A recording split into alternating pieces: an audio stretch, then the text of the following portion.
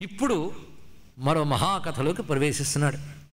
ఇక్ష్వాకు వంశ ప్రభవ రాజాసీత్ పృథ్వీపతి. ఇక్కడ వీటితో సంబంధం లేదు. అత్యంత ప్రాచీన కాలంలో, అంటే వీటన్నిటికి పూర్వంలో, అప్పుడు ఒక రాజు ఉండేవాడు, ఇక్ష్వాకు వంశంలో ఉన్నటువంటి వాడు. ఆయన పేరు మహాభిషుడు. మహాభిష ఇతి ఖ్యాత. ఆయనటువంటి వాడంటే ప్రతి చోట్ల వర్ణనలు చేయడం అంటే ఊరికిన పొగడ్డం కాదు. అలాంటి వ్యక్తిత్వాల నుంచి వచ్చిన వారు ఎలా ఉంటారో తెలుసుకోవాలి. అందుకోసం చెప్తూ ఉంటారు ఇక్కడ.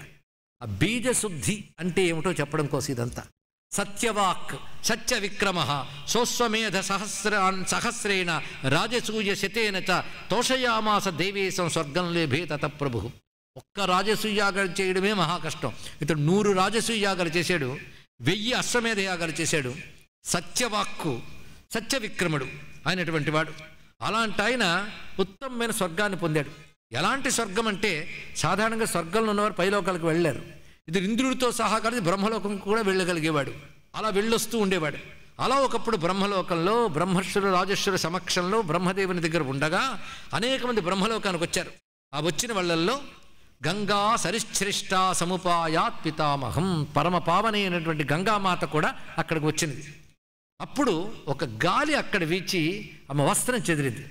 చెదిరిన వెంటనే సభలో ఉన్న వాళ్ళందరూ తలదించేసుకున్నారు, సభా మర్యాద. కానీ మహాభిషుడికి చాపల్యం వచ్చిందో కానీ అతడు మోహంతో చూశాడు. అది బ్రహ్మదేవుడు కనిపెట్టి, ఇక్కడ ఉండడానికి తగినటువంటి సంస్కారం కాదు ఇది, ఇలాంటి వాళ్ళు భూమి మీద ఉండాలి, అక్కడ పుడితే పర్వాలేదు, ఇక్కడ ఉండడానికి తగినవాడు కావు గనక ఈ ఒక్క దోషం చేత నువ్వు భూమి మీదకి వెళ్ళిపోతావు. ఎవరిని చూసి మనసు ఇప్పుడు మరలిందో ఆమె నీకు ప్రతికూలంగా ప్రవర్తిస్తుంది. సహించినంతకాలం సహిస్తావు. ఎప్పుడైతే ఆమె మీద కోపం కలుగుతుందో అప్పుడు నీకు శాపమోచడానికి అవకాశం ఏర్పడుతుంది. ఇది చెప్పాడు. వెంటనే మహాభిషరాజుకి అక్కడి నుంచి కింద దిగేటప్పుడు ఎంత బాధ ఉంటుందండి, అది దిగేవాడికి తెలుస్తుంది. చిన్న విషయం కాదు, అక్కడ అనుభవించే వరకు బాగానే ఉంటుంది, దిగేటప్పుడు ఉంటుంది. పైగా అక్కడ వాడు దేవతయే ఉన్నాడు కనుక తర్వాత దిగేటప్పుడు ఎక్కడికి వెళ్తాడో తెలుస్తుంది, పూర్వకర్మలు బట్టి ఎంత బాధగా దిగుతాడో. ఇది ఎలాంటిదంటే, భయంకరమైన ఆఫీస్కి 10 రోజులు సెలవు పెట్టి విహారానికి వెళ్ళిన వాడు మళ్ళీ ఆఫీస్కి వచ్చేటప్పుడు ఎలా వస్తాడు, కొంత మేర కదండి, ఇక్కడ కొంత చెప్పచ్చు. అలా దిగుతాడట. ఎంత బాధగా దిగుతాడో బ్రహ్మసూత్రాల్లో వర్ణిస్తాడు. శంకరులు భాష్య రచనలు కూడా చక్కగా చెప్తారు. ఎందుకని ఎన్ని లోకాలు ఎన్ని విహారాలు గురించి వర్ణించావు అని అడిగితే శంకరులు అంటారు, వాటి మీద కూడా వైరాగ్యం కలగడం కోసం అని చెప్పాడు. ఒకటే మాట. అదే ఇహాముత్రార్థ భోగ విరాగం అంటే చిన్న విషయమా? భోగ విరాగం, పరలోక సుఖాల మీద కూడా వైరాగ్యం అంటే చిన్న విషయం కాదు. అంటే తెలిస్తే కదండి వైరాగ్యం గురించి. అంటే ముందే ఆలోచించుకుని బాగా జాగ్రత్త పడు. అంటే దెబ్బలు తింటే కదా తెలుసుకుంటాను అనుకోకూడదు కదా, ముందే జాగ్రత్త పడాలి. ఎంత గొప్ప విషయాన్ని చెప్పాడు ఇక్కడ. ఈ కథలన్నింటి ద్వారా మనం దృష్టి ఇతిహాసముల ప్రయోజనం వేదాంత విచారణ అది కలిగించడం కోసం ఉడుతోంది. ఇది గమనించవలసిన అంశం. అందుకే దిగుతూ అనుకుంటున్నాడు, నా ఒక్క మోహం చేత మొత్తం పోయి కింద పడిపోతున్నాను. ఇప్పుడు నేను పుట్టాలి అంటే ఎవడు కడుపుడు పుట్టాలి, ఎవళ్ళలోకి వెళ్ళాలి ఆలోచించుకున్నాడు. రూపానన్యాన్ స్తపోధనాన్, మొత్తం అన్ని రాజుల్ని చూసేట్టు ఆయన. ఎవరిలో ప్రవేశిస్తే బాగుంటుందని ప్రతీపం రోచయామాస పితరం భూరి తేజసం. మహా తేజస్వంతుడు మహాపవిత్రుడు అయినటువంటి రాజర్షి అయిన ప్రతీపుణ్ణి చూశాడు ఆయన. ఈయన ద్వారా నేను పుడితే బాగుంటుంది అని నిశ్చయించుకున్నాడు. ఇలా జరిగింది. అప్పుడు గంగాదేవి తన లోకానికి తాను వస్తుంది. ఆమె నిజానికి పెద్ద దోషం లేదు, కానీ ఈమె ద్వారా నువ్వు కోపంకి గురవుతావు ఇత్యాది విషయాలు చెప్పాడు కదా. కనుక ఈమె కూడా అక్కడ ఆ జన్మలో వెళ్ళవలసి ఉంటుంది. కనుక అదే ఆలోచిస్తూ వస్తుంది. ఆలోచిస్తూ ఉండగా అక్కడ 8 మంది వసువులు వచ్చి ఆమెకు దండం పెట్టారు. అమ్మా నీకు నమస్కారం, మాకు కర్మ ఏర్పడింది. వసువులంటే భూమి మీద ఉండరు వాళ్ళు, దేవతలు మేము ఒక తప్పు చేత భూమి మీదకి వెళ్ళవలసి వస్తుంది. వశిష్ఠ మహర్షి మమ్మల్ని శపించాడు ఆ విధంగా భూమి మీదకి వెళ్ళమని. భూమి మీదకి వెళ్ళడం అంటే మానవ జన్మ పొందాలి, తలచుకుంటే భయంగా ఉందన్నారు. అంటే మానవ జన్మ అనేది ఎంత భయంకరమైనది వాళ్ళకి తెలుస్తుంది. ఇది వచ్చేసాక మనకు తెలియదు, బాగానే ఉంటుంది అనిపిస్తుంది. అలాగే ఏ నీచ జన్మలు పొందినా ఆ జంతువు నేను నీచం అనుకోదని అనేక మనం చెప్పుకున్నాం. దానికి అనిపించదు ఇక్కడ. అది భగవంతుడు ఇచ్చిన గొప్ప వరం అండి. మనం అనుకుంటాం కానీ భగవంతుడు ఇచ్చిన గొప్ప వరం. అంటే శాపంలో వరం అది. ఇక్కడ శాపం కూడా కాదు, మన పాపకర్మ కొద్దీ జన్మ వచ్చినా ఆ జన్మ మీద రోత పుట్టకుండా ఉంటుందే, అది గొప్ప వరం, అది గొప్ప విషయం. లేకపోతే అడుగుడుగా మనం అసహించుకోవడంతోనే బతుకైపోతుంటుంది ఇక్కడ. లేకపోతే అంత ముచ్చట మన మీద మనకి, దాన్ని ఎంత చక్కగా అలంకరించుకుంటాం. అదే దేవతలైతే దానిలో ఏ సబ్జెక్ట్ ఉందో తెలుసు, వాళ్ళకి రోత పుడుతుంటుంది. అందులోని దిగం కనుక మనకు పుట్టదు, అది వేరే విషయం. కనుక వాళ్ళు తిరిగి భూమి మీదకి రావడం విషయంలో దేవతలు ఎలా ఫీల్ అవుతారు అనేది ఇక్కడ తెలుసుకోవాలి. ఇక్కడ నా మానుషీనా జఠరం ప్రవిశేమ, ఎలాగో ఏదో పాపం చేసాం కానీ భూమి మీద పుట్టక తప్పదు. కానీ మనుష్య స్త్రీ గర్భంలోకి ప్రవేశించాలంటే చాలా బాధగా ఉంది. తల్లి ఒక్కటి నీ కడుపులో పుట్టేటట్టు చెయ్యమ్మా, ఇదే అడిగారు వసువులు. అనగానే ఇదేమిటి ఇలా అడుగుతున్నారు ఏమిటి అనంటే వసువులు చెప్తున్నారు, ఇప్పుడు ఆ మహాభీషుడు వెళ్ళి ప్రతీపుని ద్వారా కలగాలనుకుంటున్నాడు. ఆయన కలుగుతాడు. కలిగినప్పుడు ఆ మహాత్ముని ద్వారా నీ గర్భంలో మేము ప్రవేశించాలి. ఎవరు? ప్రతీపుడికి కలిగిన వాడి వల్ల నీ గర్భంలో ప్రవేశించాలి. అయితే ఈ మనుష్య శరీరంతో ఉండడం చాలా అసహ్యం. వశిష్ఠుల వారు మీరు మనుష్య జన్మ పొందెదురుగాక అని చెప్పించారే తప్ప దాన్ని కొనసాగించలేదు, అది అదృష్టం. అందుకు మేము మనుష్య జన్మ పొంది నీకు పుట్టిన వెంటనే నువ్వు తీసుకెళ్ళి నీటిలో కలిపేయమ్మ మమ్మల్ని, ఆ జన్మ ఆ శరీరం భరించలేం, ఇది చెప్పారు. అప్పుడు ఆవిడ ఇదంతా బాగానే ఉంది కానీ నీటిలో కలిపేస్తాను, కానీ నాతో కలిసిన తర్వాత ఆ కలయిక వ్యర్థమైంది అనేది మిగలకూడదు. గంగతో కలిసినప్పటికీ సంతానం కలగలేదు, కలిగిన సంతానం పోయింది అంటే వ్యర్థమైంది కదా. వ్యర్థం అనేది నా దగ్గర ఉండకూడదు, మోఘం అనేది ఉండకూడదు. కాబట్టి ఇంతమంది పోయినా ఒక్కడైనా మిగలాలి గనక మిగిలిన వాళ్ళందరినీ కలిపేస్తాను, కానీ ఒక్కడిని మాత్రం మిగుల్చుతాను, ఆ ఒక్కడెవరో ఎంచుకోండి అన్నది ఇక్కడ. అప్పుడు ఒక్కడిని నించారు వాళ్ళు. అది ఒప్పుకున్నాడు, ఎందుకంటే అసలు తప్పు అతనే చేసేట వశిష్ఠుని శాపానికి. ఇతరులు మేమేం చేస్తున్నామంటే మాలో ఒక్క కంస ఈయనకి ధారపోస్తాం, అంటే 7 వసువుల్లో ఉన్న అంశాలు తీసుకుని ఇతడు పూర్ణంగా కలిపి మొత్తం అష్టవశ స్వరూపుడుగా అతడు పుడతాడు, అలా ఉంటాడు అని మా తేజస్సులో 8వ భాగాన్ని ధారపోస్తున్నాం అని అతడు నీకు కొడుకు అవుతాడు. అతన్ని పెంచితే నువ్వు ఇంకా మోఘము అనేది అంటే వ్యర్థం అవ్వడం అనేది ఉండదు కదా. ఏమి ప్రణాళిక చూడండి అక్కడ. అంటే ఆ మహాభిషుడికి ఆ బుద్ధి ఎందుకు పుట్టాలి? తర్వాత ఇక్కడ జరగాల్సిన ఒక విషయం ఉంది, అందులో ఉంటుంది ప్రణాళిక. అది డివైన్ నెట్వర్క్. అది ఆ నెట్వర్కే మనం చెప్పుకుంటున్నాం. భారత అసలు కథ ప్రారంభం కాకముందు నెట్వర్క్ అని చాలా కనబడుతుంది ఇక్కడ. వీటి వెనకాల కర్మలు ఉంటాయి. లోకక్షేమాన్ని ఉద్దేశించుకుని దేవతాంశలు భూమి మీద దిగడం ఉంటుంది. దేవతాంశలు దిగడం అంటే యొక్క ఆదేశం సరిపోదు, వాళ్ళకు తగ్గ ఏవో వెనకాల కర్మలు ఉండాలి. ఇన్ని రకాల ప్రణాళికలు ఉంటాయి. ఇదంతా చూస్తే ఒక్కడ అర్థమవుతుంది, మనకి ఏది అర్థం కాదని. ఇది సత్యం. అందుకే ఈశ్వర మాయా రచన. నువ్వు ఎంత ఆలోచించినా ఒక దగ్గర అలా వేలాడిపోతాం. ఎంత ఎగిరినా ఎంత ఎగురుతావు, అలాగే ఎంత నువ్వు ఆలోచించగలిగి తర్కంతో ఇలా అటెన్షన్గా పెట్టినా ఒక దగ్గర ఆగిపోవలసింది, అక్కడ అంగీకరిస్తావు. ఇది ఈశ్వర మాయా రచన. అది అఘటన ఘటన పటీయసి, అది గమనించవలసినది. అందుకే ఇవన్నీ కూడా అక్కడ తీసుకెళ్తాయి మనల్ని. ఇలా చెప్తూ కథ అయినది. ఇంకా ఈ ప్రతీప రాజు అప్పటికి రాజ్యపాలన చక్కగా చేసి తపో మార్గాన్ని అనుసరిస్తూ ఆయన గంగా తీరంలో తపస్సు చేసుకుంటున్నాడు. మహావిష్ణువు ఏమనుకున్నాడు? ఈయనకు పుత్రుడు కావాలనుకున్నాడు. ఈయన అన్నీ ముగించి తపస్సులో గెలిపాడు ఈయన. అప్పుడు ఈ గంగ ఒక మూర్తి ధరించి వెళ్ళి ఆయన ఒళ్ళో కూర్చుంది, ప్రతీపుడిలో. వెంటనే కళ్ళు తెరిచి చూశాడు. ఎవరమ్మా అను అంటే భుజం మీద చేయేసింది. నేను నిన్ను ఆశ్రయించాను మహారాజా అన్నది ఇక్కడ. అనగానే చూసి, తప్పిది, నువ్వు నన్ను ఆశ్రయించినా నేను నిన్ను స్వీకరించలేను. పైగా నువ్వు నా కుడితోడ మీద కూర్చొని అడుగుతున్నావు. ప్రాప్య దక్షిణమూరు మే, కుడితోడ మీద కూర్చొని అడుగుతున్నావు. ఎడమతోడ భోగం కోసం అంటే అనుభవం కోసం వచ్చే స్త్రీ కూర్చోవలసింది వామాంకం.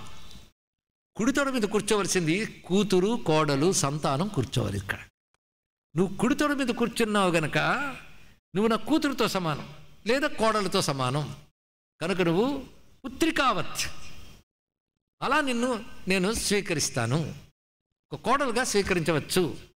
అయితే మరి కొడుకుని అన్నది ఇక్కడ. అది నీకు కలిగించడం కోసం వచ్చాను ఇక్కడ, నీ కొడుకుని అన్నది ఇక్కడ. ఇంకా తప్పదు. అప్పుడు మళ్ళీ ఆయనకు భార్య ఉన్నది, కానీ భోగత్యాగంలో చేసి తపస్సుకు వెళ్ళిపోయిన వాడు తిరిగి మళ్ళీ భార్యను స్వీకరించి సత్సంతానార్థి అయి గృహస్థులోకి వెళ్ళాడు ఆయన. ఆ సమయంలో సంతానం కలిగింది. ఎప్పుడు సంతానం కలిగింది? ఈయన శాంతుడైన తర్వాత కలిగిందిట. శాంతుడు అంటే అర్థం ఏంటంటే ఇంక అన్నీ విడిచి ఉపరత అంటే ఉపరమించుట. ఉపరమించడం అంటే అన్నీ ఇంకా ఆపేశాడు. ఇంకా సంసారము ఇవన్నీ విడిచిపెట్టి వచ్చేసిన తర్వాత మళ్ళీ కలిగిన సంతానం కనుక శాంతస్య ఉపరతస్య వంశస్య సంతాన కనుక శాంతుడైన తర్వాత కలిగిన సంతానం కనుక కలిగిన వాడికి శాంతనుడు అని పేరు పెట్టాడు. అతడు శాంతను, ఇతన్ని మన శాంతను చక్రవర్తి అంటూ ఉంటాం. అతడు శాంతనుడుగా వచ్చాడు. ఇది శాంతనుడి పేరు.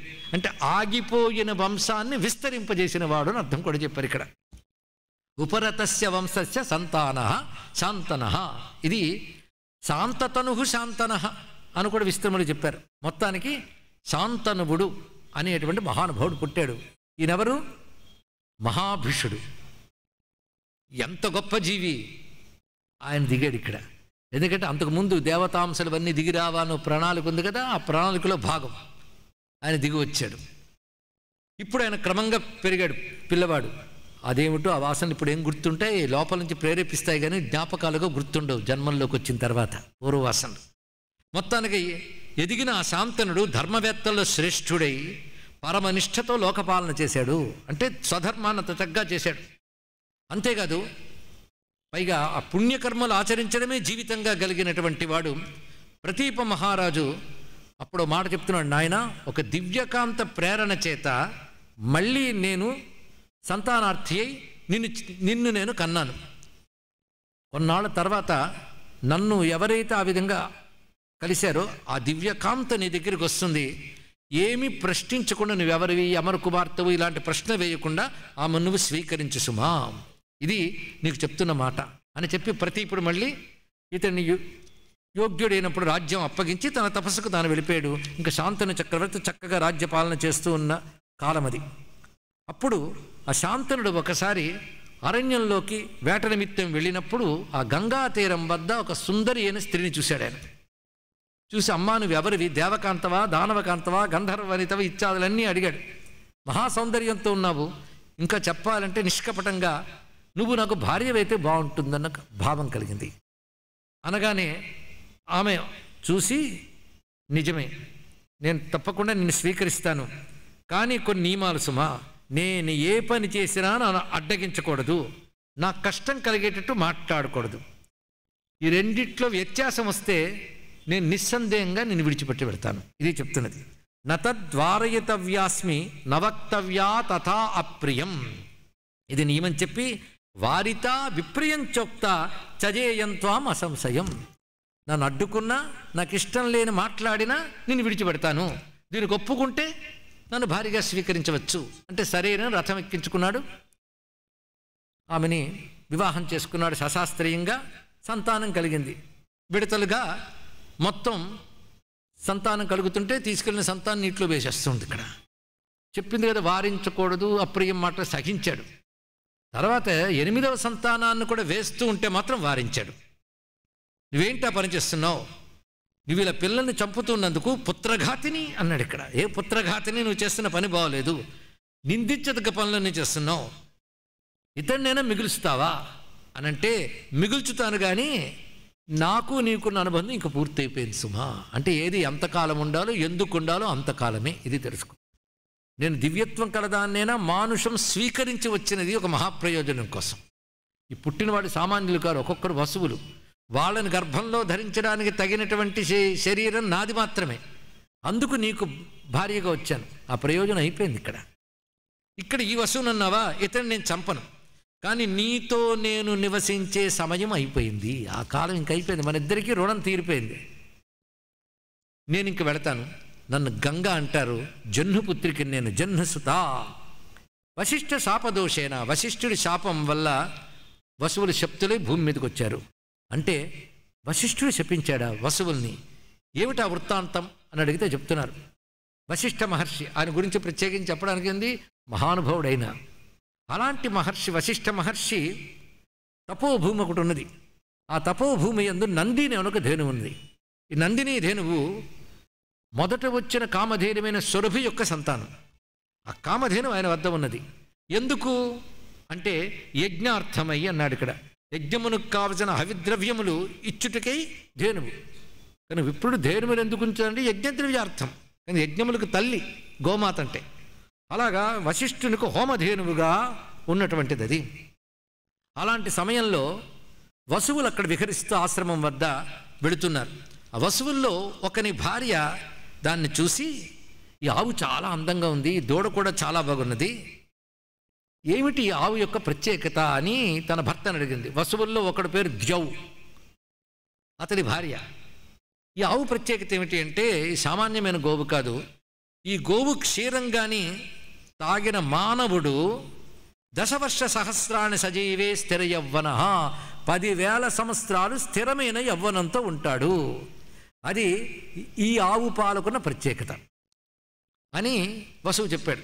వెంటనే మనం తాగుదామా అనలేదు, ఎందుకంటే వాళ్ళు మానవులు కారు, అది వసువులు. అందుకే ఆ పాలు తాగాలని వాళ్ళకి అనిపించలేదు. 10,000 సంవత్సరాలు అంటే వాళ్ళకి తక్కువే, వసువులు వాళ్ళు.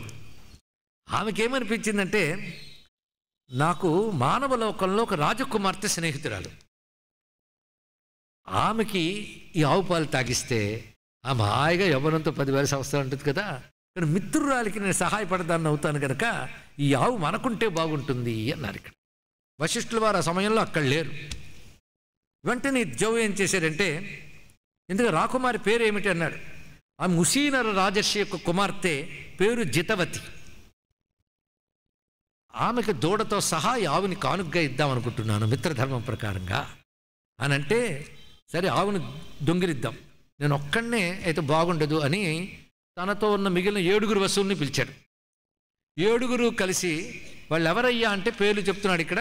పృథ్వాద్యాహ వసవహ అన్నాడు. పృథు మొదలైనటువంటి వసువులు, అందులో అసలు వసువు ద్యవు, అతడి భార్య కోరుకుంది, ఆయనే పూనుకుని మిగిలిన వాళ్ళు సహాయం అడిగాడు. అయితే ఇక్కడ 2 పేర్లే చెప్పాడు, కానీ మిగిలిన వసువులు ఎవరై ఉంటారు అంటే వేదమునందు అష్టవసువుల పేర్లు ఉన్నాయి. వీళ్ళందరి పేర్లు మనం తరచుకోవడం మంచిది. పితరో వసవస్సాధ్యాయస్వ నవమరతో మనుహు, ఇదంతా దేవతా వ్యవస్థ అండి.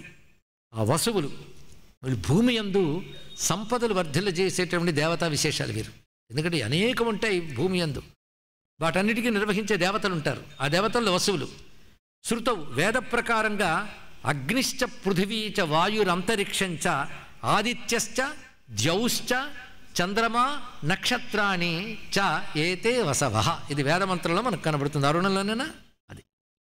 అగ్ని, పృథివీ, వాయువు, అంతరిక్షము, ఆదిత్యుడు, ద్యవు. ద్యవు అంటే దివి, చంద్రుడు, నక్షత్రుడు. ఇవి 8 వసువులుట. ఇవి చూస్తుంటే మన ప్రకృతి విషయంలోకి కనబడుతున్నాయి కదా, ఇవే అష్టవసువులు. అయితే పురాణాల్లో వీటికి 8 పేర్లు ఉన్నాయి. అంటే వీటికి అధిదేవతలుగా ఉన్న వాళ్ళ పేర్లు పురాణం చెప్తోంది. అవేమిటంటే ధ్రువస్తథ పూష సోమ ఆపో వైశ్వానరో నిల ప్రత్యూషశ్చ ప్రభావశ్చ వసవోష్టౌ ప్రకీర్తితా. ధ్రువుడు, పూష, సోమ, ఆపహ, వైశ్వానరుడు, అనిలుడు, ప్రత్యూషుడు, ప్రభావుడు, మొత్తం 8 మంది. 8 మంది పురాణముల్లో. అంటే పురాణ వసువులు వేరు, వేద వసువులు వేరు కాదు. అక్కడ చెప్పిన వాటికి అధిదేవతలుగా ఉన్న వసువుల యొక్క నామాంతరములు ఇవి, మరొక నామములు. ఈ వసువుల జౌ అనేవాడు ప్రధానం. అతను చేసిన పని పృథువు మొదలైన వాళ్ళు సహకరించారు. మొత్తానికి ఆవును అపహరించి తీసుకెళ్ళిపోయారు. తర్వాత ఆవు కనబడలేదు వశిష్ఠుల వారికి. దానితో ఆయన ఎవరు తీసుకెళ్లారు అనగానే ఆయనకు ఎవరు చెప్పాలా. జ్ఞాత్వా తథా అపనీతాం తాం వసుభి దివ్య దర్శన. దివ్య దృష్టితో అతడు తెలుసుకుని ఎంత పని చేశారు. అసలు దేవతల్లో ఉన్న వారికి మానవుడు బుద్ధులు పుడితే కింద పడాల్సిందే అంతే. ఇక్కడ ఆ వాసనలు వస్తే దానికి తగ్గ లోకానికి వెళ్ళాలి, అంతే కదా. అక్కడ ఉన్నప్పుడు దానికి తగ్గట్టు ఉండాలి, దానికి తగ్గట్టు కింద పడిపోవాలి. అందుకే జై విజయులు వైకుంఠానికి తగ్గట్టుంటే పర్వాలేకపోయింది. రజస్తమో దూషితులై ఆ 2 రాగానే కిందకి పడి అవన్నీ ట్రీట్ చేసేసుకుని పైకి వెళ్ళాల్సి వచ్చింది. దాన్ని 3 జన్మలు పట్టించారు ఆ ట్రీట్మెంట్కి. అలా దిగాల్సి వస్తుంది. కానీ వీళ్ళందరూ వసువులు మానవులుగా జన్మించుదురుగాక అని తస్మా సర్వే జనిష్యంతి మానుషేషు నసంశయ. ఇది శపించాడు. అయితే శపించారన్న విషయం తెలిసాక వీళ్ళు కాళ్ళ మీద పడ్డారు, బ్రతిమలాడారు. అంతే, అందితే జుట్టు అందకపోతే కాళ్ళు అన్నారు కదా. గర్వం కూడా అలాంటప్పుడు దిగుతుంది. అది దిగడానికి వీడు శపిస్తారేమో, అది వేరే విషయం. మొత్తానికి ప్రసాదయంతస్తం ఋషిం వసవహ పార్థివర్షభ లేభిరేన చ తస్మాత్తే ప్రసాదం ఋషి సత్తమాత్. ఎంత ప్రార్థించినా అనుగ్రహం దొరకలేదు. దానితో మీ అందరినీ శపించాను, కానీ మీరు ప్రార్థించారు కనుక తిరుగులేని నా శాపం అనుభవించక తప్పదు. మీరు సంవత్సరం లోపల విముక్తి జరుగుతుంది మీకు. అంటే మాతృగర్భంలో ప్రవేశించిన దగ్గర నుంచి లెక్క కట్టి సంవత్సరం లోపల విముక్తి లభిస్తుంది. కానీ మీ అందరికీ అసలు ప్రేరేపకుడైతే వాడు ఉన్నాడో వాడు దీర్ఘకాలం మానవలోకంలో ఉంటాడు. ఎవడు వాడు? ద్యౌహు. ద్యౌస్తదా మానుషే లోకే దీర్ఘకాలం స్వకర్మణ. అక్కడ స్వకర్మణ నేను శపించాను కనుక అనలేచానండి. వాడి కర్మ ఫలితంగా, అంటే వశిష్ఠుడు శాపాదూషితుడా, వీళ్ళ కర్మలను అనుసరించి రాబోయే ఫలం చెప్తారు, దాన్ని మన శాపం అంటాం ఇక్కడ. అది స్వకర్మణ లోకే దీర్ఘకాలం, అలా ఉంటాడు, దీర్ఘకాలం ఉంటాడు సుమాతడు అని చెప్తూ ఈ ద్యౌ అలా దిగిన భూమి యందు అద్భుతంగా జీవిస్తాడు ఇతడు. ఇతడి వల్ల కొన్ని చాలా మహాకార్యములు జరుగుతాయి. సర్వశాస్త్ర విశారదుడుగా ధర్మాత్ముడుగా ఉంటాడు. ఇతడి జీవితంలో అధర్మం అనేది ఉండదు. అటువంటి ధర్మాత్ముడై ఉంటాడు, సర్వశాస్త్ర విశారదుడై ఉంటాడు. అంతేకాదు తండ్రికి ప్రియం కలిగించి హితం కలిగించడం కోసం సంపూర్ణంగా భోగాల్ని త్యజిస్తాడు అటువంటి వాడు. ముందే చెప్తున్నాడు వశిష్ఠుడు గారు, గుర్తుపెట్టుకోండి. మరి వశిష్ఠుడి మాట మరొకలా అవుతుందా? ఇది గుర్తుపెట్టుకుంటే తర్వాత మనకు పనికొస్తుంది. పితుగు ప్రియహితే యుక్త స్త్రీ భోగాన్ వర్జయిష్యతి.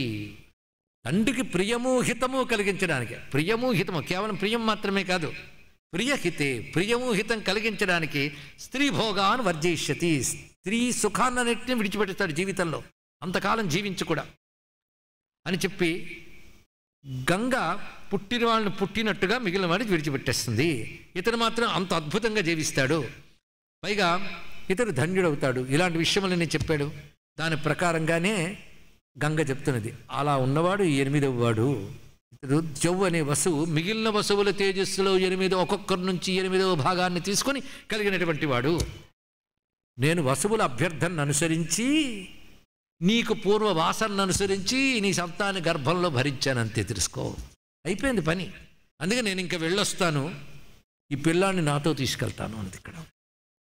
ఆశ్చర్యపోయి చూస్తున్నాడు. పెద్దవాడైన తర్వాత ఈ పిల్లాన్ని నువ్వు చూస్తావు, అంతవరకు నా శిక్షణలో పెంచుతాను. పైగా నువ్వు మళ్ళీ నన్ను పిలిచినప్పుడు ఎప్పుడో కనబడతాను. ఈ పిల్లవాడు పెద్ద అయ్యాక నేను కనబడతాడు. ఇది ఆమె చెప్పినటువంటి మాట. పైగా ఇతను గంగాదత్తుడు, ఇది తెలుసుకో అనే మాటను కూడా చెప్పినది. తర్వాత శంతనుడు ఆశ్చర్యపోయి వెళ్తున్నాడు. ఆమె పేర్లు చెప్పింది. ద్యునామ, ఆ ద్యవ్ అనేటువంటి ఆయన పేరు, శంతనపుత్రుడి పేరు దేవవ్రత. దేవవ్రతుడని అతడికి పేరు. గాంగేయుడు అని కూడా ఉండాలి, మా అబ్బాయి గాంగేయుడు అని అమ్మవారే చెప్పింది గంగమ్మ. గాంగేయుడు అనే పేరు కూడా చెప్పింది ఇక్కడ. సరే ఏం చేస్తాడు? మనస్సును నిగ్రహించుకుని వెనక్కి వెళ్ళిపోయాడు శంతనుడు. ఆ వెళ్ళినవాడు మళ్ళీ తన రాజ్యపాలన అది చక్కగా చేస్తున్నాడు. శాంతనుర్ధీమాన్ దేవరాజర్షి సత్కృత. దేవర్షుల చేత రాజర్షుల చేత సత్కరింపబడుతూ దేవతల చేత గౌరవింపబడుతూ చక్కగా పాలన చేస్తున్నాడు. ధర్మార్థ కుశలో నృప.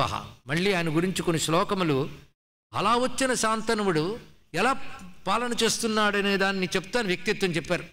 అలా 36 సంవత్సరాలు ఆయన స్త్రీ ఆసక్తి లేకుండా జీవించేటండి. అలా పాలన చేశాడు శాంతనుడు. అలా ఉన్నటువంటి వాడి ఒకసారి ఆయన గంగా తీరంలో విహారానికి వెళ్ళినప్పుడు ఒక పిల్లవాడు కనబడ్డాడు అక్కడ. ఆ పిల్లవాడు ఎలాగంటే, ముందు గంగ కొంతవైపు నీరు లేదుట. ఇంతకాలం ప్రవహించే గంగ నీరు లేదేమిటి అనుకుంటూ ఉంటే ఆ ప్రవాహాన్ని బాణాలతో అడ్డుకట్ట వేసి ఒక పిల్లవాడు కనబడ్డాడు అక్కడ. ఎవడితడు అని చూస్తూ ఆశ్చర్యపోయాడు. ఎవరినైనా నువ్వు అంటూ ఉంటే ఆయన అంతర్ధానమైపోయాడు. పోల్చలేపేట. ఎందుకంటే ఎప్పుడో పసికందుగా చూసిన వాడు పెద్ద అయ్యే ఎలా చూస్తాడు? జాతమాత్రం పురా దృష్ట్వా తం పుత్రం శాంతనుస్తదా నోపలే బేస్మృతిని ధీమాన్. అందుకు పోల్చలేపాడు. అప్పుడు ఎవడయ్యి ఉంటాడు అని ఆలోచిస్తూ, ఈ కుమారుడు ఎవరయ్యి ఉంటారమ్మా? గంగ అన్నాడంతే. స్మరించాడుగా, గంగ వచ్చింది అక్కడికి. వచ్చి ఆ పిల్లవాడిని కనబడేటట్టు పెట్టి, నువ్వు అప్పుడు కన్న బిడ్డ 8వ బిడ్డ అని అతన్ని పెంచి పోషించాను. ఎంత గొప్పవాడిగా తయారయ్యాడో తెలుసా? వేదాది సర్వశాస్త్రాలు అభ్యసించాడు, అస్త్ర విద్యలు నేర్చుకున్నాడు, గొప్ప ధానుష్కుడయ్యాడు. గురువు ఎవరు అంటే వేదాన్ అధిజగే సాంగాన్ వశిష్ఠాదేశ వీర్యవాన్. వశిష్ఠుడి దగ్గర నుంచి విద్యలన్నీ నేర్చుకున్నాడు. అంతేకాదు శుక్ర బృహస్పతి నీతి శాస్త్రముల్లో ప్రవీణుడయ్యాడు. బృహస్పతి చెప్పే నీతి శాస్త్రములు, శుక్రాచార్య నీతి శాస్త్రములు, వీటిలో ప్రవీణుడయ్యాడు. మరొకటి వశిష్ఠుని దగ్గర నేర్చుకున్న విద్యలు మాత్రమే కాకుండా ఋషి పరైరనాదృశ్య జామదగ్నియ ప్రతాపవాన్, జమదగ్ని కొడుకైన పరశురాముని వద్ద అస్త్ర విద్య మొత్తం నేర్చుకున్నాడు ఇతను. అంత గొప్పవాడయ్యాడు ఇప్పుడు తెలుసుకో అని చెప్పి ఆనందపరవశుడైపోయాడు. ఇంకా వినగానే మహానుభావుడు గంగ అప్పగించిన వీరబాలకుడిని ఇంటికి తీసుకువెళ్ళాడు. బహుకాలం చక్కగా కాలం గడుస్తున్నది. అలాంటి సమయంలో ఒకనాడు శాంతనుడు యమునా తీరానికి వచ్చినప్పుడు అక్కడ సదదశ తదా కన్యాం దాశానాం దేవరూపిణీం, దాశరాజు ఎక్కడో విన్నట్టుందా? వ్యాసుడికి కుమార్తెని ఇచ్చినవాడు. ఆ కుమార్తె అతను కన్న కూతురు కాదు, అచ్చోదాను ఒక అప్సరస. ఇవన్నీ గుర్తుకుందా? అప్సరస అంటే జలముల్లో తిరిగేది, అప్సరస, అద్రిక అప్సరస.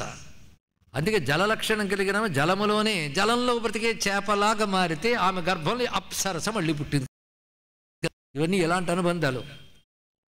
కన్యామసితలోచనాం, ఆ సత్యవతిని చూశాడు. కన్యాం ఆ శబ్దం జాగ్రత్తగా వేశాడు. కన్యా పరిగ్రహణం దోషం లేదుగా, ఆమె కన్యయే. ఎందుకు? పరాశరుడు చెప్పాడు కదా, నువ్వు కన్యగానే ఉంటావు. ఆ పుట్టుకే వేరు వ్యాసుల వారిది. అందుకే కన్యాత్వం భంగం కలిగించలేదు, కన్యాత్వం యథాతథంగా కాపాడబడింది. అలాంటి ఆమెను చూడగానే మోహం కలిగి ఎవరు నువ్వు ఏమిటి అంటే దాసరాజు చేత పెంచబడుతున్న కన్యను అని చెప్పి వెళ్ళిపోయింది. అప్పుడు అర్థమైంది తన తండ్రి పేరు చెప్పిందంటే తండ్రి అనుమతితో స్వీకరించవచ్చని దాని యొక్క భావంట. అదే సగత్వా పితరంతస్యా వరయామాస తాంతదా వెళ్ళి అడిగాడు. అప్పుడు అతను చెప్తున్నది ఏంటంటే, నువ్వు ఈమెను ధర్మపత్నిగా పొందాలనుకుంటే ఒక నియమం చెప్తున్నాను అన్నాడు దాశరాజు. ఏమిటంటే, అస్యాన్ జాయేత యపుత్ర సరాజా పృథివీపతే త్వదూర్ధ్వం అభిషేక్తవ్య నాణ్య కశ్చన పార్థివా. నువ్వు ఈమెను స్వీకరించాలంటే ఈమె ద్వారా కలిగిన కొడుకే రాజు కావాలి నీ తర్వాత. అది ఎప్పుడైతే ఆ మాట అన్నాడో ఇతను మౌనంగా ఇంటికి వచ్చేసాడు. ఇంటికి వచ్చాడు కానీ ఆలోచిస్తున్నాడు, మనసులో బాధపడుతూ ఉన్నాడు. ఇక్కడ ఆ సమయంలో తండ్రి దేనికో బాధపడుతున్నాడని తెలుసుకున్నాడు. ఎవరు? గాంగేయుడు, దేవవ్రతుడు. అతను వెళ్ళి, నాన్న ఎందుకు బాధపడుతున్నా ఏమిటి అని అంటే, ఆలోచిస్తున్నా ఆయన, నువ్వు ఒక్కడవే నాకు పుత్రుడివి, నువ్వు పరాక్రమవంతుడివి, శస్త్రాస్త్రాలన్నీ తెలిసిన వాడివి, అలాంటి నీకు ఏ ప్రమాదం రాకుండా ఉండాలని ఎప్పుడూ కోరుకుంటూ ఉంటాను. కానీ పెద్దలు ఏమిటంటారంటే, ఒక్క కొడుకు సంతానం కింద లెక్క కాదంటారు. అనపత్యతైక పుత్రత్వం ఇత్యాహుర్ధర్మవాదిన. ఒక్క పుత్రుడు మాత్రమే ఉంటే సంతానం లేనట్లే అని కూడా అంటారు కదా. కానీ నీలాంటి సర్వశ్రేష్ఠుడైన పుత్రుడు ఉన్నాడు, అది ఆనందం. అంటే ఏమీ చేల్చట్లేదు, కానీ ఏదో జరిగిందని పోల్చుకున్నాడు. మంత్రుడితో మాట్లాడాడు. మా నాన్న మాటలో తేడా ఉంది, ఏదో ఆలోచిస్తూ పరధ్యానంలో ఉంటున్నాడు. ఏం జరుగుతుంది అంటే, ఆ మధ్య యమునా నదికి వెళ్ళి వచ్చాడు, అప్పటి నుంచి ఇలా ఉన్నాడు, ఏదో జరుగుతుండింది. ఆ వెళ్ళినప్పుడు సారథిగా ఎవరు వెళ్ళారు? ఏ సారథి వెళ్ళాడో ఆ సారథిని పిలిపించాడు. నాయన నువ్వు వెళ్ళావు కదా, ఏం జరిగిందో చెప్పు. ఆ శంతను చక్రవర్తి, నువ్వు సారథిగా వెళ్ళినప్పుడు యమునా నదికి ఏం జరిగిందో వెళ్ళినప్పుడు జరిగింది చెప్పు అంటే, ఉన్నదున్నట్టు సారథి చెప్పాడు. దాసకన్యా నరశ్రేష్ఠ తత్ర భావ పితుర్గత వృతస్స నరదేవేన తదా వచనమబ్రవీత్. జరిగినదంతా చెప్పాడు. ఓహో అది జరిగిందా అని. అప్పుడు తాను కొంతమంది వృద్ధ క్షత్రియులతో కలిసి, దేవవ్రతో వృద్ధై క్షత్రియై సహితస్తదా, దేనికి ఎలా వెళ్ళాలో అలా వెళ్ళాలి, ఏదో నిర్ణయం తీసుకున్నాడు ఈయన. వృద్ధ క్షత్రియులతో కలిసి వెళ్ళాడు. వెళ్ళి దాసరాజుతో మాట్లాడాడు. స్వామి, మీ అమ్మాయిని మా తండ్రి గారు అలచారు, మా తండ్రికి ఇచ్చి వివాహం చేస్తావా అని అడిగాడండి. అడిగితే రాజ్యశుల్క ప్రదాతవ్య, ఆవిడ రాజ్యశుల్క అంటే రాజ్యం పుత్రుడికి ఇచ్చినట్లయితే అప్పుడు ఆమెనిచ్చి వివాహం చేస్తానన్నాను. అది నియమంతో చెప్పానయ్యా. పైగా ఒక్క మాట చెప్తున్నాను, ఇవి నా కూతురు అని కాదు. ఈ కన్య అపత్యం చైత దార్యస్య యో యుష్మాకం సమో గుణై, మీతో సమానమైన మహారాజు యొక్క కూతురామే. యస్య శుక్రాత్ సత్యవతి సంభూతావరవర్ణిని. నేను పెంచిన వాడినే తప్ప నా వల్ల కలిగినది కాదు. నాకు పెద్దల ద్వారా తెలిసిన విషయం ఏంటంటే, ఒక మహారాజర్షి యొక్క తేజస్సు ఈ రూపంతో పుట్టింది తెలుస్తుంది. కనుక పుట్టిన ఆమె మీతో సమానమే. అంతేగాని ఒక అల్పరాల్ని వివాహం చేసుకున్న అనడానికి లేదు. మీతో ఏమాత్రం తీసిపోయినటువంటి ఒక మహారాజు యొక్క పుత్రిక ఈమె. తేనమే బహుశస్తాత పితాతే పరికీర్తిత. ఈ విషయం నాకు తెలుసు. అలాంటి ఆమెని మీ తండ్రి వచ్చి కోరుకున్నాడు. అనేక విధాలుగా నన్ను అడిగాడు. అప్పుడు నేను చెప్పిన నియమం ఏంటంటే, నీకు నా కూతురి గర్భంలో కలిగిన వాడు రాజైతేనే ఇచ్చి వెళ్ళి చేస్తానని నియమం చెప్పాను. ఇది నేను చెప్పాను. తప్పేమిటి అంటే, సరే అయితే నువ్వు తప్పకుండా మా నాన్నగారికి నీ కుమార్తె నువ్వు. ఇదం మే వ్రతమాదత్స్వ సత్యం సత్యం వతాం వరా. నేను సత్యప్రతిజ్ఞ చేసి చెప్తున్నాను, నువ్వు కోరుకున్నట్టే నేను చేస్తాను. ఈమెకు పుట్టబోయే కొడుకు మాత్రమే రాజవుతాడు, నేను రాజ్యాన్ని స్వీకరించను. యోస్యాం జనిష్యతే పుత్ర సనో రాజా భవిష్యతి అన్నాడెవరు? దేవవ్రతుడు. ఈ మాట అన్నాడు ఎప్పుడో. చాలా సంతోషం అనుకోండి. ఈయన మరో మాట అన్నాడు, నిజమే, నువ్వు ఎంతైనా పెద్ద కొడుకు, నువ్వు రాజ్యం విడిచిపెట్టేస్తావు. తర్వాత నీ కొడుకులు పుడితే ఏం చేస్తావు? అప్పుడేమంటావు? తవాపత్యం భవేద్యత్తు తత్ర సంశయో మహా. నీ కొడుకులు పుడితే వాళ్ళు రాజు అయితే ఇప్పుడు సత్యవతి పుత్రుడు రాజు కాకుండా అయిపోతుంది కదా, ఏమంటావు దీనికి అంటే, ఓహో అలా వచ్చేవా అని చెప్తూ రాజ్యాన్ని పరిత్యజ్యం చేశాను తండ్రి కోసం. ఇప్పుడు మళ్ళీ చెప్తున్నాను, సంతాన సంబంధమైన నిర్ణయం తీసుకుంటున్నాను. ఈ ప్రతిజ్ఞని పంచభూతాలు దేవతలు విందురుగాక. రాజ్యం తావత్ పూర్వమేవ మయా త్యక్తం నరాధిపాః అపత్యహేతోరపి చ కరిష్యజ్య వినిశ్చయం అద్య ప్రభృతి మే దాశ బ్రహ్మచర్యం భవిష్యతి. ఇవాల్టి నుంచి పూర్ణ అఖండ బ్రహ్మచర్యాన్ని స్వీకరిస్తున్నారు. ఈ బ్రహ్మచర్యం అంటే సామాన్యమైన బ్రహ్మచర్యం కాదండి. పెళ్లి చేసుకోను అన్న బ్రహ్మచారులు చాలామంది ఉంటారు. అదొక్కటే బ్రహ్మచర్యం కాదు, చాలా నియమాలు ఉంటాయి. అపుత్రస్యాపి మే లోకాః భవిష్యంతి అక్షయాదివి. ఈ మాట ఇంకా గొప్పది. ఆ కాలం ఎలాంటిది అంటే, సంతానము వంశం నిలబడాలి అని ఆలోచించే తరాలున్న కాలం మరువరాదు.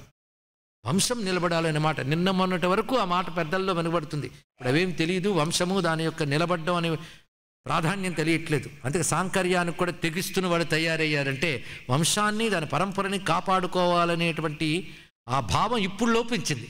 అందుకే ఈ మాటలు మనకి సీరియస్నెస్ అర్థం కాదు దాంట్లో ఉన్నది. మహానుభావుడు ఏం చెప్తున్నాడు?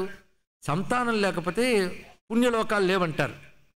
నాకా బాధ లేదు, నా కోసం అక్షయ పుణ్యలోకాలు ఉంటాయి అన్నాడు. ఇది అహంకారం కాదు సుమా, తాను అనుకున్న పవిత్ర జీవితం మీద ఉన్న నమ్మకం. అంత ధార్మికుడు అయినా. అపుత్రస్యాపి మే లోకాః భవిష్యంతి అక్షయాదివి పరిత్యజామ్యహం రాజ్యం మైథునంచాపి సర్వసహ. ఆ మాట పెళ్లి చేసుకోనని కాదు, ఏ స్త్రీ సాంగత్యం నేను తీసుకోను. మరి ఎలా ఉంటావు? అలా ఉండొచ్చా బ్రహ్మచారి అంటే? ఊర్ధ్వరేతస్కులు అని బ్రహ్మచారులు కొందరుంటారు. వాళ్ళు భూమి యందు తేలిగ్గా దొరకరు. అది ఒక యోగ మార్గం ద్వారా ఊర్ధ్వరేతస్కులు అవుతారు. అలాంటి తేజస్వంతుల్లో కేవలం దివ్యమైన పరమేశ్వరుడికి సాధ్యమవుతుంది తప్ప మానవులకి ఎలా అవుతుంది? ఊర్ధ్వరేతం విరూపాక్షం విశ్వరూపాయ వై నమో నమః. యోగుల్లో కొంతమంది మాత్రం ఉంటారు. వాళ్ళు మహాయోగశక్తితో అధోముఖమైన తేజస్సుని ఊర్ధ్వగమనం చేయించి పైకి తీసుకువెళ్ళగలిగిన మహానుభావులు. ఆ యోగ పద్ధతులు వేరు. అది వినడానికి బాగుంటాయి కానీ అలాంటి శరీరాలు, అలాంటి తపస్సులు, అలాంటి కఠోర నియమపాలకులు దొరకడం కష్టం. అందులో యుగంలో మరీ కష్టం. ఒకవేళ ఉన్నా మనకు కనబడరు, అందులో సందేహం లేదు. ఎందుకంటే మనలాంటి జీవన శైలిలోకి ఎవడొస్తాడు? మనలాంటి వాడు ఉంటాడు. అంతే కదా. పప్పులు ఉప్పులు కొనుక్కుంటూ తిరుగుతూ ఈ తిరిగే వాళ్ళు ఎవరు? వాళ్ళే దొరుకుతారు మనకి. కనుక ఈ జీవితంతో సంబంధం లేని యోగులు ఉంటారు. వాళ్ళ స్థానములు వేరు, మనకు కనబడరు. మనలాంటి వాళ్ళే మన మధ్య తిరుగుదురు, మనం వాళ్ళ మధ్య తిరుగుదుము. కనుక వాళ్ళు ఉండరనడానికి లేదు, ఉండవచ్చు. కనుక ఇంకో మాట అండి, ఊర్ధ్వరేత భవిష్యామి. కనుక ఇక్కడే తెలిసిపోతుంది ఎటువంటి మహానుభావుడు. అసలే ఆయన పుణ్యము పవిత్రత అలాంటిది. ఏ విధంగానూ మైథునం చాపి సర్వసహ. ఈ మాట చాలా గొప్ప విషయం అండి. మైథునం చాపి సర్వసహ అంటే మళ్ళీ శాస్త్రములతో పరిశీలించాలి. దశవిధ మైథునాలను శాస్త్రం చెప్పింది. దర్శించడం వల్ల మోహం కలగడం ఒకటి, అదే చింతన వల్ల ఒకటి, స్పర్శ వల్ల 10 రకాలు చెప్పారు. సర్వసహా మైథునం అంటే 10 రకాలది లేదు చిత్తం దగ్గర. దాన్ని బట్టి ఎంత మహానుభావుడు చూడండి ఇక్కడ. భావనయా అపి, భావన చేత కూడా అతనికి భామిని సాంగత్యం లేనటువంటి వాడయ్యా. అందుకే మైథునంచాపి సర్వసహా పరిత్యజామి. ఇది సామాన్యమైన విషయం కాదు. అంత గట్టిగా చెప్తూ ఊర్ధ్వరేత భవిష్యామి. ఈ మాట చెప్పేటప్పుడు ఒక్కసారి ఈ మాటకి దేవతలే ఆశ్చర్యచకితులైపోయారు. పైనుంచి పుష్పవృష్టి కురుస్తున్నది ఆ మహానుభావుడి మీద, దేవవ్రతుడి మీద. తతోంతరిక్షే అప్సరసహ దేవా సస్య గణాస్తదా అభ్యవర్షంత కుసుమై అప్పుడన్నారు వీడు మామూలు వాడు కదయ్యా, గట్టి పట్టుదలతో కూడిన ప్రతిజ్ఞ చేశాడు గనక దేవతలు ఋషుల ముక్తకంఠంతో అంటున్నారు భీష్మోయమితి చాబ్రువన్, ఇతడు భీష్ముడు అన్నారు ఇక్కడ. ఇంకా అసలు పేరు అతడే మర్చిపోయేటంత మిగిలిపోయింది పేరు. అటువంటి భీష్మ పితామహుడి యొక్క వృత్తాంతాన్ని చెప్పారు. శాంతనుడు ఇదంతా గ్రహించి ఎటువంటి వాడివయ్య నువ్వు, స్వచ్ఛంద మరణం తుష్టా దదౌ తస్మై మహాత్మనే, నీకు స్వచ్ఛంద మరణం ఇస్తున్నానన్నాడు. దీన్ని బట్టి భీష్ముని వ్యక్తిత్వం ఆలోచించాలి. నీకు స్వచ్ఛంద మరణం ఇస్తున్నా అంటే ఎప్పుడు తలచుకుంటే అప్పుడు శరీరం త్యజించగలడు ఆయన. అటువంటిది మహాతపస్వి తెలుస్తూనే ఉన్నది. ఊర్ధ్వరేతస్కుడైన మహాయోగి, మామూలుగా తపస్సు మాత్రమే కాదు, రాజుగా ఉంటూ రాజధర్మములు పాటించే రాజర్షి మాత్రమే కాకుండా ఊర్ధ్వరేతస్కుడైన మహాయోగిగా ఆయన ఉన్నాడు. ఇది గొప్ప విషయం. ఇప్పుడు స్పష్టంగా తెలిసింది వీళ్ళకి, శాంతనుడికి కూడా ముందే గ్రహించాడు విషయాన్ని దాసరాజు ద్వారా. ఏమిటంటే చేదిరాజేను ఉపరిచరువశ మహారాజు యొక్క పుత్రిక సత్యవతి.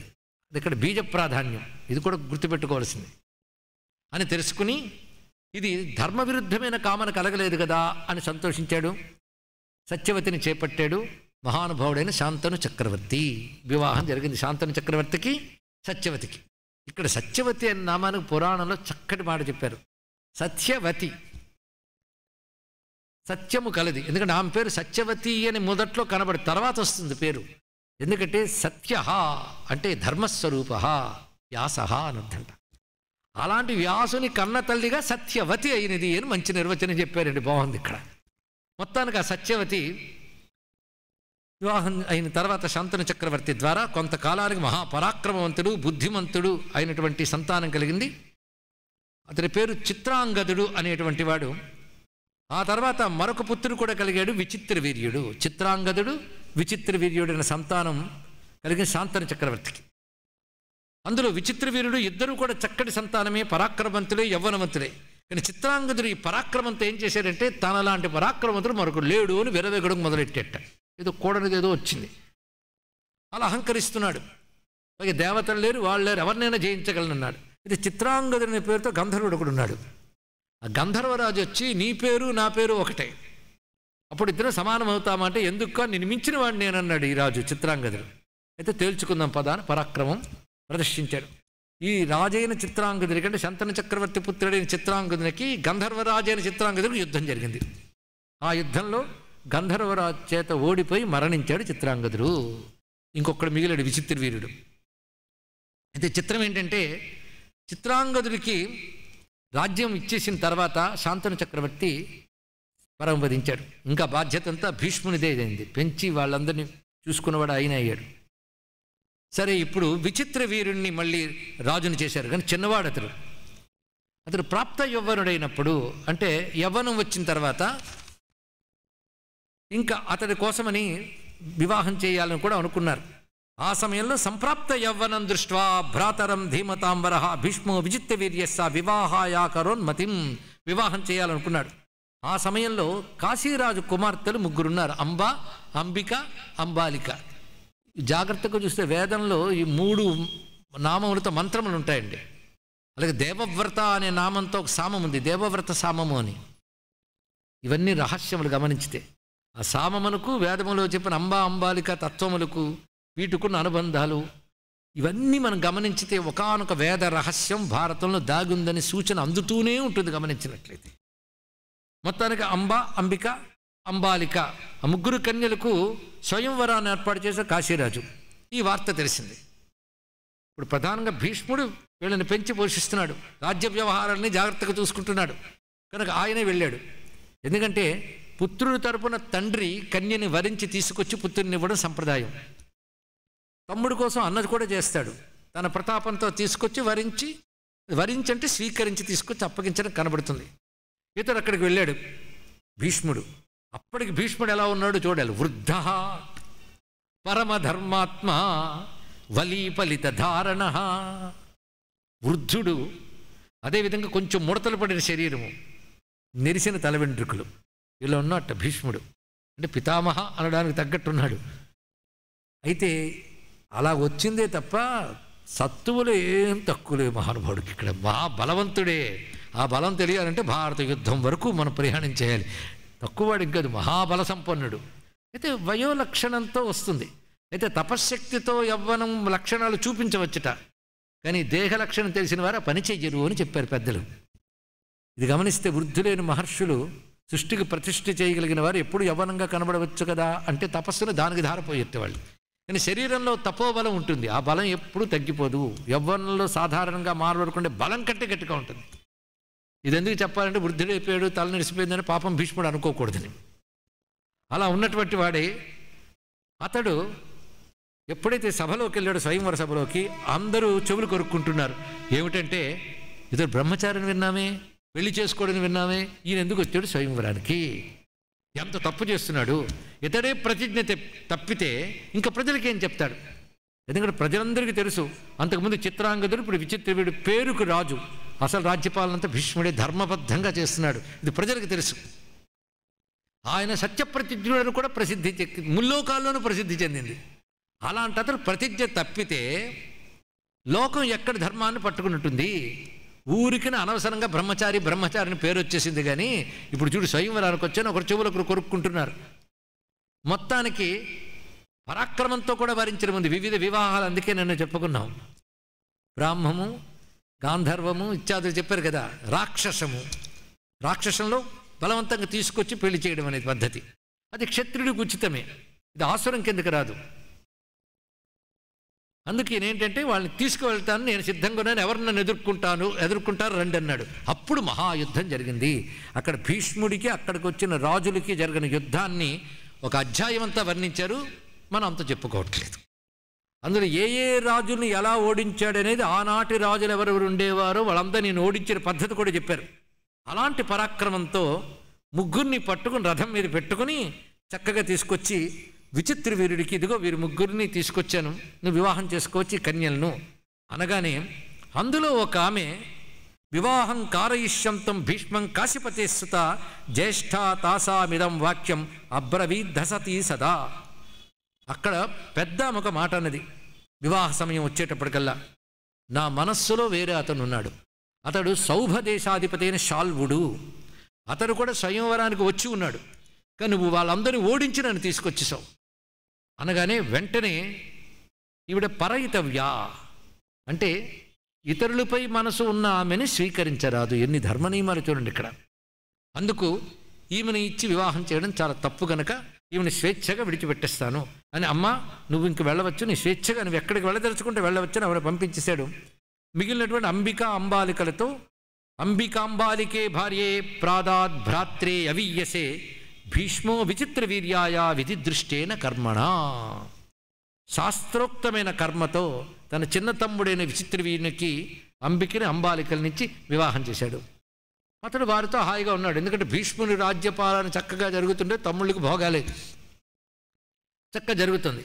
కానీ మహాభోగానుభవం వల్ల క్రమంగా క్షయం పొంది క్షయరోగగ్రస్తుడై ఆ రోగం వల్ల పోయాడు విచిత్ర వీర్యుడు. తాభ్యాం సగ సమాసప్త విహరన్ పృథివీపతి విచిత్ర వీర్యస్తరుణ యక్ష్మణ సమగృహ్యత. ఆ విధంగా విచిత్ర వీర్యుడు యవ్వనంలోనే వ్యాధికి గురై ఎన్ని చికిత్సలు చేసినా లొంగక మరణించాడు. ఇప్పుడు భీష్ముడు ఒక్కడే మిగిలాడు. సంతన చక్రవర్తి అయిన సత్యవతి ఉన్నది. ఆ సత్యవతి పుత్రుడైన భీష్ముడిని పిలిచి, చూసేవా పరిస్థితి ఎలా ఉందో. మనం అందుకే ముందు ఒక మాట చెప్పుకున్నాం, వంశం దెబ్బతినరాదు. అది సామాన్యులకు కూడా ఆ భావం సనాతన ధర్మంలో ఆనాటి తరాల్లో ఇంకా ఉంది. ఏనాటి తరం ఉంటుంది, వంశం దెబ్బతినకూడదు, చాలా బాధ, వంశం నిలబడాలి. అలాంటిది రాజవంశం అయ్యాయి. రాజవంశం దెబ్బతినకూడదు. ఏ నాటు నుంచి ఇక్కడి వరకు వచ్చినటువంటి ప్రజాతంత్రం మా వ్యవచ్ఛేత్సీహి అని వేదం చెప్పినట్లుగా వంశపరంపర దెబ్బతినకూడదు. సామాన్యమైన వంశమా ఎక్కడి నుంచి ప్రారంభమైందండి? మనువుతో మొదలై క్రమక్రమంగా పూర్వు భరతుడు, కురుడు ఇలాంటి వాళ్ళందరూ ఉద్భవించని వంశము ఇంక పోయిందే. ఎంత బాధాకరమైనది. ఇతర రాజన్యుల దగ్గర ఎంత అవమానం. అందుకు ఇప్పుడు నిషేకాది పద్ధతుల ద్వారా, అంటే ఇలాంటి వంశక్షయ పరిస్థితి ఏర్పడినప్పుడు అతడు మరణిస్తే అతడు భార్య ఉంది కదా, ఆ భార్య ఏమవుతుందంటే మరణించిన వాడి క్షేత్రం అవుతుంది. అప్పుడు అందులో కలిగిన సంతానము ఆ వంశానికి చెందినవి అవుతుంది.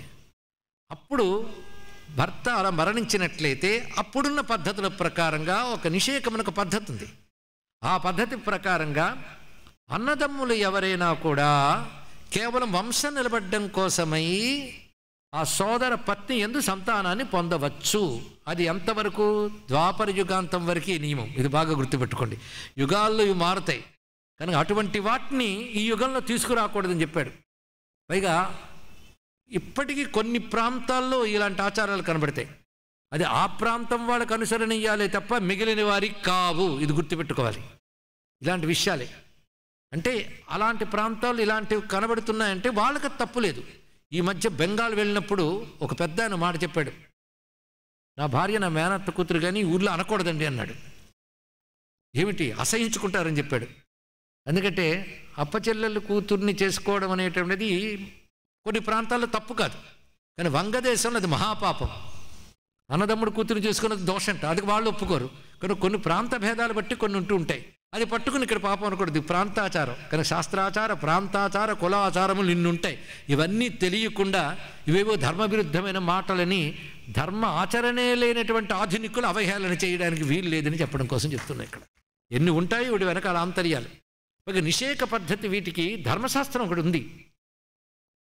ధర్మశాస్త్రం ఇప్పటికీ ధర్మశాస్త్రంలో వాక్యాలు ఉన్నాయి. ఎటువంటి సమయంలో ఎటువంటి వాడు ఏ మనస్థితితో అది చేయాలి. ఈ మూడు గుర్తుపెట్టుకోవాలి. ఎటువంటి సమయంలో ఎటువంటి వాడు ఏ మనస్థితితో ఉన్నప్పుడు అలా చేయాలి. కాముకతో చేయకూడదు. ఫస్ట్ కండిషన్ ఇది. కేవలం వంశం కోసం దానికి చేయవలసిన పద్ధతులు ఉన్నాయి, నియమాలు ఉన్నాయి. ఉభయనందు కామదృష్టి లేదు. సంతానం కలిగిన తర్వాత మళ్ళీ ఆమెను తల్లి వల్లే చూడాలట. ఎన్ని నియమాలండి! అలాంటి మనోనిగ్రహం ఉన్నవాళ్ళు ఉంటారా అంటే కలియుగంలో ఉండే అవకాశం లేదు కనుక కలియుగంలో అది నిషేధము. దీన్ని దేవరోత్పత్తి అంటారు. కలవు పంచచ వర్జయేత్ అని చెప్పినప్పుడు అందులో మాంసంతో తద్దినం పెట్టడం ఒకటి, దేవరోత్పత్తి ఒకటి, ఇంకా కొన్ని ఉన్నాయిలేండి. ఎందుకు ఇప్పుడు ప్రస్తుత ప్రస్తావనలు ఎటో ఇంకా ప్రశ్నలు వెళ్ళిపోతాయి. అందుకే నేను చెప్పట్లేదు ఇక్కడ. అందుకే దేవరోత్పత్తి కలిలో నిషేధం కనుక కలిలో ఆ ఊహ కూడా చేయరాదు. ద్వాపర యుగంలో దోషం లేదు. ఇది గమనించవలసిన అవసరం. కనుక ఇది ధర్మశాస్త్ర చర్చ జరుగుతోంది. ఇప్పుడు సత్యవతి భీష్ముడిని పిలిపించింది. ఇప్పుడు చూడు, పైగా ఇది భయంకరమైన ప్రమాదం ఇప్పుడు ఏర్పడింది. నీకు అన్ని ధర్మశాస్త్రాలు తెలుసు, ధర్మ సూక్ష్మాలు తెలుసు, వివిధ వేదాలు వేదాంగాలన్నీ తెలుసు. ఇది ఉపోద్ఘాతంలో అంటోంది సత్యవతి భీష్ముడితో. నాయనా కుమారా, వేత్త ధర్మాశ్చ ధర్మజ్ఞ సమాసేనేతరేణ చ వివిధాస్త్వం శృతిర్వేత్త వేదాంగాని చ సర్వసః తయోరుత్పాదయాపత్యం సంతానాయ కులస్య నః. వీటన్నిటి ప్రకారంగా వంశం నిలబడ్డం కోసమై నిన్ను ఈ పనిపై నియోగిస్తున్నాను. నువ్వు అంబికా అంబాలికల ద్వారా వారికి నీ ద్వారా సంతానం కలగాలి. ఇది ధర్మం కోసం, వంశాభివృద్ధి కోసం అనగానే పైగా నువ్వు ప్రతిజ్ఞాని ఇవన్నీ మాట్లాడుతున్నావు. కానీ ఇప్పుడు ప్రమాదం ముంచుకొచ్చింది. అరాచకత్వం వస్తే రాజ్యం నాశనమైపోతుంది, రాజు అనేవాళ్ళు లేకపోతే. అందుకు నువ్వు రాజుగా ఉంటూ వంశం నిలబెట్టాలి కనుక ఈ పని చేయాలి అనగానే పక్కనున్న కొంతమంది శాస్త్రవేత్తలు కూడా పర్వాలేదునైనా ఇది ఆపద్ధర్మంగా భావించు, నీ సత్యనిష్ట ఏమీ దెబ్బతినదు. చక్కగా చెప్తున్నారు. నువ్వు ప్రతిజ్ఞ పట్టావు, సత్యనిష్ట గొప్పదే, దీన్ని ఆపద్ధర్మం అంటారు. అంటే ఒక ఆపద కోసమని కాసేపు ప్రతిజ్ఞను పక్కన పెడితే దోషం లేదు, మళ్ళీ అనంతరం నువ్వు కొనసాగించవచ్చు అని చెప్తే, మీరు ఎంత చెప్పినప్పటికీ కూడా మీరు చెప్పింది చేస్తే ప్రతిజ్ఞాభంగం అనేది ఏర్పడుతుంది.